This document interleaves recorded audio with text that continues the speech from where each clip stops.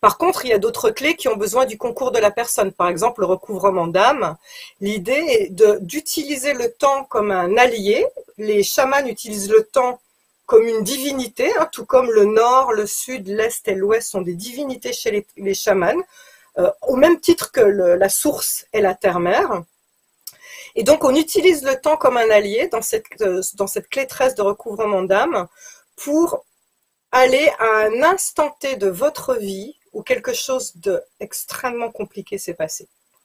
Un trauma, quelque chose qui vous bloque encore maintenant, pour aller voir en face et nettoyer une bonne fois pour toutes.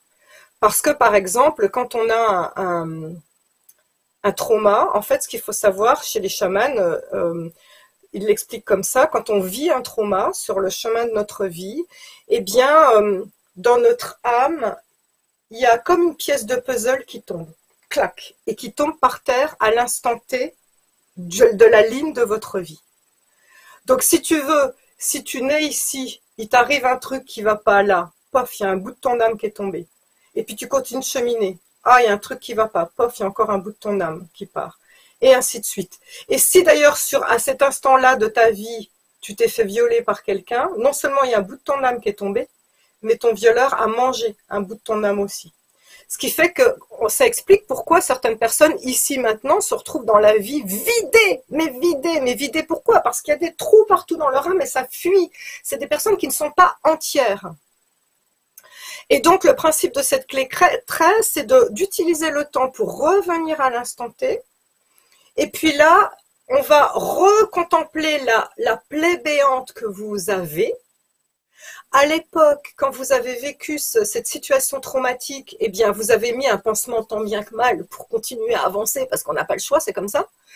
Et puis là, en fait, on va gentiment rouvrir la plaie, on la nettoie, on vérifie que tout aille bien chez vous. C'est un très beau moment. Il va y avoir des larmes, mais c'est un très beau moment parce qu'après, vous allez vous sentir bien. Et une fois qu'on est sûr que vous vous sentez bien, on ne peut pas vous laisser dans le passé, on vous fait revenir dans l'instant présent. Et ce qui est extraordinaire avec les clés du recouvrement d'âme, à partir du moment où vous vous sentez bien, la pièce du puzzle qui était tombée par terre, clac, elle se recolle. Et vous revenez dans l'instant présent entier. Et ce qui est génial, c'est qu'après, quand on repense à son trauma d'enfance, par exemple, eh bien, on n'est plus la victime comme on était avant. C'est que, oui, on a le droit d'y repenser, mais c'est comme si on pensait à un film. C'est, ouais, c'est passé ça.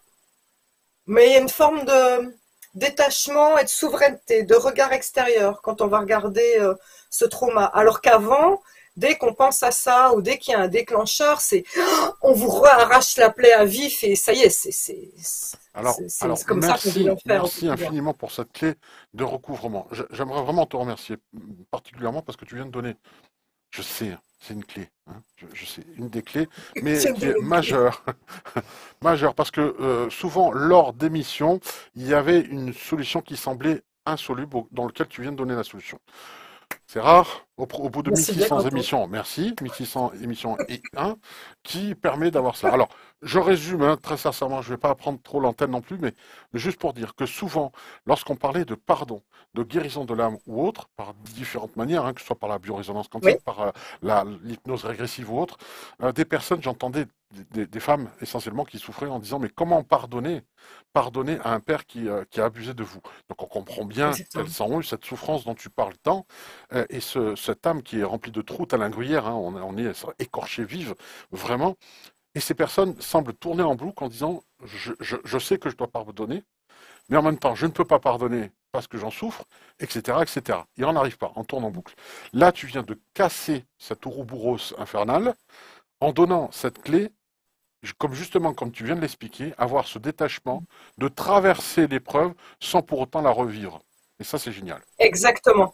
On la vit, en fait, sans trop dévoiler la clé, je conduis la personne à l'instant T où le trauma s'est passé, sauf que l'adulte est en sécurité avec moi et avec son moi supérieur, et il observe la scène de loin. Et il voit la petite fille, par exemple, il lui arrive des horreurs. Vous voyez votre petite fille, hein, la petite fille, vous, qui est en train ou le petit garçon qui est en train de vivre des horreurs.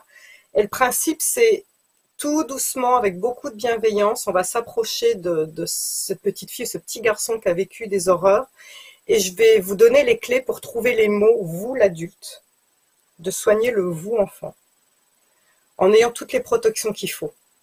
Parce que ce vous enfant, vous le portez en vous. Il faut savoir que chaque trauma qu'on vit impacte notre enfant intérieur. Et énergétiquement parlant, le lieu où se trouve notre enfant intérieur, c'est dans notre ventre, dans le hara. Le hara, c'est dans le 2e chakra, et c'est notre cerveau émotionnel. Toi, Didier, qui a interviewé plein de médecins et tout ça, et la médecine a découvert qu'on a un cerveau émotionnel dans le ventre. Ouais. Et c'est là que c'est le centre de notre créativité, le centre de nos émotions. Eh bien, c'est cette partie-là qui est impactée. Et donc, ce qui est important, c'est il faut aller soigner cet enfant, il est en nous. Il y a une partie blessée en nous, on ne peut pas la laisser crier à vie, il faut aller l'écouter.